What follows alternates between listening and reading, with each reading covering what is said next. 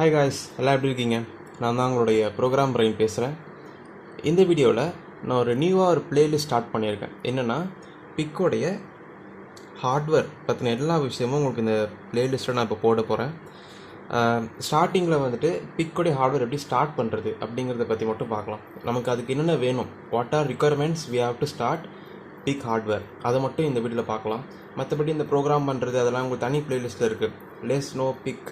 Let's no PIC16F877A program சொல்லிட்டு அது ஒரு தனி பிளேலிஸ்ட்டு. இது தனி பிளேலிஸ்ட். இதில் வந்துட்டு ஃபுல் ஹார்ட்வேர். இதில் எதை பற்றிலாம் நான் கவர் பண்ண போகிறேன் அப்படின்னு பார்த்தீங்கன்னா, பூட் லோடர்னால் என்ன, ரைட்டா? ஆக்சுவலாக பூட் லோடர்ன்றது என்னது அப்படின்னா, நீங்கள் பிக்குக்கு நான் போக சொல்லுவேன். பிக்குக்கு நம்ம வந்து Pickit 3 அப்படின்னு ஒன்று யூஸ் பண்ணுவோம் இல்லையா, 3 or 2 எல்லாம் யூஸ் பண்ணுவோம். இது இல்லாமலே எப்படி நம்ம ப்ரோக்ராம் பண்ணுறது, அது வந்து அதோட கான்செப்ட் தான் பூட் லோடர்னு சொல்லுவாங்க. அது வந்து UART அந்த ப்ரோட்டோக்காலில் ஒர்க் ஆகுது. அது நான் போக நான் என்னென்னு சொல்கிறேன். ஆனால் இப்போதைக்கு நம்ம என்ன ரிக்குயர்மெண்ட்ஸ் தேவைப்படுது, இதெல்லாம் அட்வான்ஸ். இந்த விஷயத்தை பற்றி நம்ம இந்த பிளேலிஸ்ட்டில் ஃபுல்லாக பார்ப்போம். பிக்கோடைய ஹார்ட்வேர் ரிலேட்டடாக என்ன அப்படின்ட்டு பார்க்கலாம். ஓகே, ஸோ ஃபஸ்ட் நமக்கு என்னென்ன வேணும் அப்படின்னா, ஃபஸ்ட்டு ஸ்டெப்பே வந்துட்டு நமக்கு ஒரு போர்டு தேவைங்க. இந்த மாதிரி ஒரு போர்டு தேவை. இது வந்து ரொம்ப பல வருஷம் ஆச்சு அந்த வாங்கி இந்த போர்டு. இது நான் வந்துட்டு BSc ஃபிசிக்ஸ் 3rd year படிக்கும்போது வாங்கின போர்டு இது. இப்போ நான் வேலைக்கே போயிட்டு அடுத்த டிகிரியே பண்ணிகிட்டு இருக்கேன் இல்லையா. ஸோ இது ரொம்ப வருஷம் ஆச்சு இந்த போர்டு வாங்கி. இந்த போர்டில் என்ன இருக்குது நேராக காட்டுறேன். இந்த போர்டில் என்ன இருக்குது பார்த்தீங்கன்னா ஒன்றுமே இருக்காது. ஒரு ஐசி இருக்கும். ஓகே, ஒரு ஐசி நீங்கள் படிக்கிற அந்த ஐசி தான் தெரியுதா உங்களுக்கு. 16F877A ஐசி இருக்கும். ஸோ மைக்ரோசிப் காரங்க பண்ணியிருக்காங்க. 40 pin ஐசி, அவ்வளோதான். என்னென்ன இருக்கணும்னு நீங்கள் டெவலப்மெண்ட் போர்டில் அப்படின்னா, இந்த மாதிரி ஒரு செட்டப் இருக்கும். அதாவது இன்புட்டில் 12 volt கொடுத்தீங்கன்னா 5 volt மாற்றி தர மாதிரி ஒரு செட்டப் இருக்கணும். இது இருந்ததுன்னா ரொம்ப யூஸ்ஃபுல்லாக, ஏன்னா நீங்கள் அடாப்டர் வாங்கி யூஸ் பண்ணிக்கலாம். ஓகே, அடுத்து இது இருக்கணும். இது இருந்தால் தான் நான் சொன்ன அந்த பூட்டோட உங்களால் செய்ய முடியும். Pickit 2, 3 இல்லாமலே உங்களால் வந்துட்டு இந்த இடத்த யூஸ் பண்ணி நீங்கள் ப்ரோக்ராம் பண்ணிக்கலாம் இந்த ஐசியை. ஸோ அது நாங்கள் போக உங்களுக்கு புரிய வரும். அடுத்து வந்துட்டு எல்சிடி கனெக்ட் பண்ணிக்கலாம். ஸோ இந்த போர்டோட டிஃபால்ட்டாக நமக்கு ஒரு எல்சிடி வருது இந்த மாதிரி. ஸோ நீங்கள் இந்த மாதிரி இன்செர்ட் பண்ணி யூஸ் பண்ணிக்கலாம். ஓகே, இவ்வளோ தாங்க டெவலப்மெண்ட் போர்டு. ஒரு பிக்குக்கு இது இருந்தாலே போதுங்க. நீங்கள் நினைக்கிற மாதிரி வேறு எதுவும் பெருசாக அப்படியே இவ்வளோ 7 segment போர்டெலாம் எதுவும் தேவைப்படாது. இவ்வளோ தான் போர்டு. ஸோ ஒரு மேக்ஸ் ஐசி, இது மேக்ஸ் ஐசி ஓகேங்களா. தெரியாது, நேம் தெரியாது, தெரிஞ்சதுன்னா ஓகே. மேக்ஸ் என்ன போட்டிருக்குன்னா மேக்ஸ் 232ன்னு போட்டிருக்கு. தலைகீழாக இருக்கும், பார்த்தா தெரியும். எனக்கு தெரியுதா உங்களுக்கு, மேக்ஸ் 232N போட்டிருக்கு. ஓகே, ஸோ இது ஒரு செட்டப் இருக்கணும். அப்புறம் வோல்டேஜ் ரெகுலேட்டர்னு ஒரு செட்டப் இருக்கணும். அதுக்கப்புறம் ஐசி போடுற IC base 40 pin IC base இருக்கணும். அடுத்து Pickit 3யோட கனெக்ட் பண்ணுற மாதிரி லைனாக அழகாக இருக்கணும். இது இருக்கணும். அப்புறம் சைடில் ஃபுல்லாக பின்ஸுங்க. இது வந்துட்டு போர்ட் B இருக்குது, போர்ட் C இருக்குது, போர்ட் Dயில் 4 pin கொடுத்துருக்காங்க. அப்புறம் பவர் சப்ளைஸ் அனலாக் பின் எல்லாமே இதில் வந்துடுது நமக்கு. ஸோ நீங்கள் என்ன போர்டாலும் வாங்கிக்கலாம். என்கிட்ட வேறு போர்டு நான் அதையும் காட்டுறேன். இந்த போர்டு பார்த்தீங்கன்னா ஒன்றுமே இருக்காது பார்த்தீங்களா. இதுவும் வந்துட்டு பிக்கு கனெக்ட் பண்ணிக்கக்கூடிய ஐசி தான். இதில் பார்த்தீங்கன்னா இதில் கனெக்ட் பண்ணிக்கக்கூடிய அதே மாதிரி தான் இருக்குது. பட் பின்னாடி இருக்குது மேக்ஸ் ஐசி இதில் குட்டியாக கட்டு. ஸோ உங்கள் இஷ்டம் தான். பட் என்னோட கன்வீனியன்ட் வந்து இதை நான் மோஸ்ட்லி யூஸ் பண்ண மாட்டேன். இதை நான் மோஸ்ட்லி யூஸே பண்ண மாட்டேன். நான் எப்பவும் இதான் இந்த போர்டு தான் யூஸ் பண்ணுவேன். ஏன்னா வந்துட்டு இதில் எல்சிடி இருக்குது, பவர் சப்ளை ஈஸியாக கொடுத்துக்க முடியும். ஆனால் இந்த போர்ட்லேயும் பவர் சப்ளை கொடுத்துக்கலாம். பட் எல்சிடி இல்லாதனால நான் மோஸ்ட்லி இதை நான் யூஸ் பண்ணவே மாட்டேன். எல்சிடி இல்லை இதில். ஏன்னா எல்சிடி தான் முக்கால்வாசி ப்ராஜெக்ட் நான் எல்சிடி மோஸ்ட்லி பண்ணுவேன். நான் எல்சிடி தனியாக கனெக்ட் பண்ணுறது கஷ்டமாக இருக்கலாம், இதில் யூஸ் பண்ணிக்கலாம்.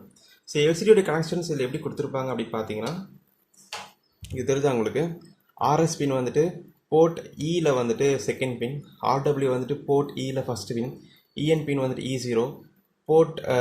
அப்புறமேட்டு வந்துட்டு எல்சிடியில் வந்துட்டு D7 இருக்கு இல்லையா, அதான் DB7 போட்டிருக்காங்க. D7 வந்துட்டு RD7, D6 இது மாதிரி 4 பின் கொடுத்துருக்காங்க. 6 வந்து RD6. இது மாதிரி போர்ட்டில் 4 பின் கனெக்ட் பண்ணிக்கிறாங்க. ஸோ இந்த எல்சிடி வந்துட்டு இதில் 8 பிட்டில் ஒர்க் ஆகாது, 4 பிட்டில் தான் ஒர்க் ஆகும். ரைட்டாக 4 bit எல்சிடி கோடிங் நான் உங்களுக்கு பிளேலிஸ்ட்டு சொல்லி கொடுத்துருக்கேன். அது நீங்கள் பார்த்தா இதுக்கு நீங்கள் கோடிங் ப்ரோக்ராம் நீங்கள் ஈஸியாக பண்ணிடலாம். ஸோ இது மட்டும் போதுமா கேட்டிங்கன்னா, போர்டு நம்மகிட்ட இருக்குது. இப்போ இதுக்கு நீங்கள் ப்ரோக்ராம் பண்ணுறதுக்குன்னு ஒரு கிட்டு தேவை இல்லையா, அந்த கிட்டு தான் வந்துட்டு Pickit. அது பார்க்குறதுக்கு இந்த மாதிரி இருக்கும். Pickit 2ன்னு இருக்கும். கனெக்ட் பண்ணுறதுக்கு வயரிங் வந்துட்டு இந்த மாதிரி வயர் வரும் உங்களுக்கு. ஓகே, அதுகிட்ட பின் வந்துட்டு பார்த்தா உங்களுக்கு இந்த மாதிரி இருக்கணும். தெரியுதா உங்களுக்கு, இந்த ஷேப்பில் இருக்கணும். நல்லா ஜூம் பண்ணி ஓகே தெரியுதா உங்களுக்கு, இந்த ஷேப்பில் இருக்கும். ஏன்னா இதுவும் வந்துட்டு பார்க்க இந்த மாதிரி தான் இருக்கும். ஸோ ஈஸியாக நீங்கள் அதில் ப்ளக்கிங் பண்ணிக்கலாம். நார்மலாக ஃபோன் சார்ஜர் மாதிரி இருக்காது. இது வந்துட்டு ஒரு டி டைப் நினைக்கிறேன். I think D type charger இது. இந்த பக்கம் யூஎஸ்பி பாயிண்ட் இருக்கும். நீங்கள் லேப்டாப்பில் கனெக்ட் பண்ணி ஈஸியாக பவர் பண்ணிக்கலாம். இல்லை போக போக எப்படி நான் சொல்லித்தரேன். இந்த ஏரோ மார்க் கொடுத்துருக்காங்க இல்லையா, ஏரோ மார்க் கொடுத்துருக்கிறதுக்கு இந்த பின்னு தான் வந்துட்டு ஃபஸ்ட்டு பின். அதுக்கு அடுத்தது பின் கவுண்ட் பண்ணணும். அதெல்லாம் நான் போக போக இது நீங்கள் இதோட எப்படி யூஸ் பண்ணணும் அப்படிங்கிறத நான் போக போக சொல்லித்தரேன். அதுக்கடுத்து உங்களுக்கு வேறு என்னென்ன வேணும் அப்படின்னு பார்த்தீங்கன்னா, ஒரு 12 வோல்ட் அடாப்டர் வேணும். என்கிட்ட இருக்கிறது 9 வோல்ட் அடாப்டர் தான் இருக்குது. நீங்கள் 9 வோல்ட் அடாப்டர் யூஸ் பண்ணிக்கலாம். But 12 volt 2 amps 9 volt 2 amps இருக்குது. பட் இது ரொம்ப அதிகம் தான், ரைட்டா? நீங்கள் என்ன வச்சுக்கலாம் அப்படின்னா 12 வோல்ட் 1 ஆம்ஸ் வச்சுக்கிறது இஸ் மச் பெட்டர். இதில் நெட்டில் உங்களுக்கு ஈஸியாக கிடச்சிடும். கடையில் கூட ஒரு அடாப்டர் 12 வோல்ட் 1 ஆம்ஸ் அடாப்டர் வாங்கணும், அவ்வளோதான். இது எப்படி யூஸ் பண்ணுவீங்கன்னா இந்த மாதிரி இதில் கனெக்ட் பண்ணிப்பீங்க. ஸோ தெரியுதா? ஸோ 12 வோல்ட் இன்புட்டில் கொடுத்தா 5 வோல்ட் இந்த ரெகுலேட்டர் நடந்து இன்புட்டில் போய் 5 வோல்ட் ஐசி ஒர்க் ஆகும். ஸோ இதோட கிறிஸ்டல் மெகாட்ஸ் என்ன இருக்குன்னு பார்த்துக்கோங்க. இது என்ன மெகாட்ஸ் இருக்குது அப்படின்னா 10 மெகாட்ஸ் கொடுத்துருப்பாங்க. நான் ரொட்டேட் பண்ணி காட்டுறேன், தெரியுதா உங்களுக்கு? KDS 10 கொடுத்துருக்காங்க. 10 மெகாட்ஸில் ஒர்க் அவுட் ஆகுது. ஸோ இதுதான் கான்செப்ட். அதுக்கடுத்து வேறு என்ன வேணும் அப்படின்னு பார்த்தீங்கன்னா, இது ப்ரோலிஃப் கேபிள். இது உங்களுக்கு இப்போ தேவைப்படாது. இது உங்களுக்கு எப்போ தேவைப்படும் அப்படின்னா, நான் சொன்னேன் இல்லையா, Pickit 3, 2 அதெல்லாம் இல்லாமலே போட் கோடை வச்சு ப்ரோக்ராம் பண்ணோம் அப்படின்னா உங்களுக்கு வந்துட்டு இந்த ஒயர் இல்லாமல் பண்ணவே முடியாது. ஸோ இது வந்துட்டு இப்போது உங்களுக்கு தேவைப்படனாலும் நீங்கள் Pickit இல்லாமல் பண்ணணும் அப்படின்னு நினச்சிங்க அப்படின்னா தேவைப்படும். ஆனால் அதுக்கு நீங்கள் Pickit தேவைப்படும். அதெல்லாம் உங்களுக்கு போக போக நான் ஸ்டெப் பை ஸ்டெப்பாக சொல்லித்தரேன். ஆசையை தூண்டி விட்டு நான் ஏமாற்ற விரும்பல. நான் போக போகன்னு சொல்லித்தரேன் என்னென்ட்டு. ஓகே, ஸ்டெப் பை ஸ்டெப்பாக பார்க்கலாம். அடுத்து உங்களுக்கு என்ன தேவைப்படும் அப்படின்னா, ஒரு மல்டிமீட்டர். உங்கள் இஷ்டம் தான், இது வச்சுக்கிறத தான் வச்சுக்கலாம். பட் இருந்தாலும் என்னோடய ஒப்பீனியன், ஒரு எம்பாய்டர்ட் இன்ஜினியராக இருக்கும்போது ஒரு மல்டிமீட்டர் இல்லாமல் ஒரு வேலையை நம்மளால் செய்ய முடியாது. ஏன்னா இதில் ஏதாவது ஒரு எல்இடி கனெக்ட் பண்ணுறது பதிலாக எல்இடி அவுட்புட் நம்ம இதிலே பார்த்துடலாம். ஹை ஆகுது லோ ஆகுது அப்படி எல்லாமே மல்டிமீட்டர் இல்லாமல் பண்ணாதீங்க. Multimeters very must. 120 ரூபா அவ்வளோதான் இருக்கும். ஓகே, எனக்கு இது இல்லாமல் கை கால் ஓடாது எனக்கு. ஸோ இது ரொம்ப முக்கியமான ஒன்று இருக்குது. Okay, multimeter. அதுக்கடுத்து முக்கியமானது ஒயருங்க.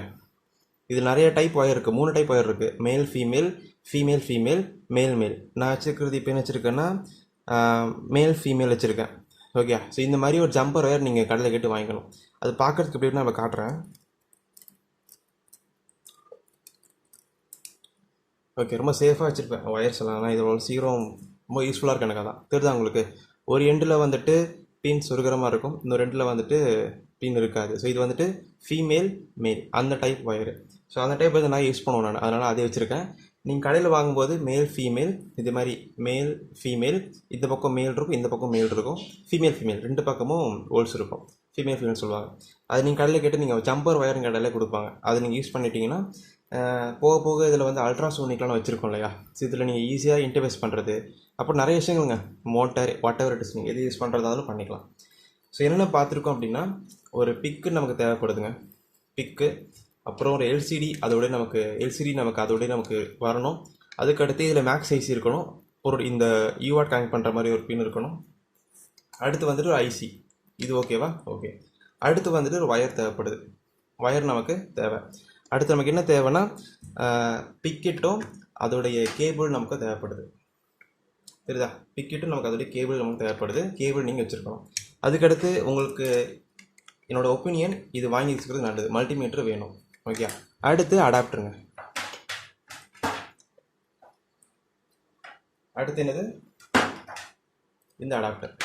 ஸோ நீங்கள் வச்சுருக்க படத்தில் காட்டக்கூடிய இத்தனை பொருள் உங்கள் கையில் இருந்தால் நீங்கள் தைரியமாக நீங்கள் வந்துட்டு ஸ்டார்ட் பண்ணலாம். ரொம்ப கச்சாமுச்சான் இருக்கு இல்லையா? நான் லிஸ்ட்டு கொடுத்துருக்கேன், உங்கள் வீடியோ ரன் ஆகும்போது லிஸ்ட்டு கொடுத்து என்னென்ன வேணும் அப்படின்ட்டு. அப்புறம் எக்ஸ்ட்ரா சொல்லப்போனால் இந்த ப்ரோலிஃப் கேபிள், இது உங்களுக்கு வந்து தேவைப்படும். ஓகே, எல்லா லிஸ்ட்டுமே உங்களுக்கு இருக்குது.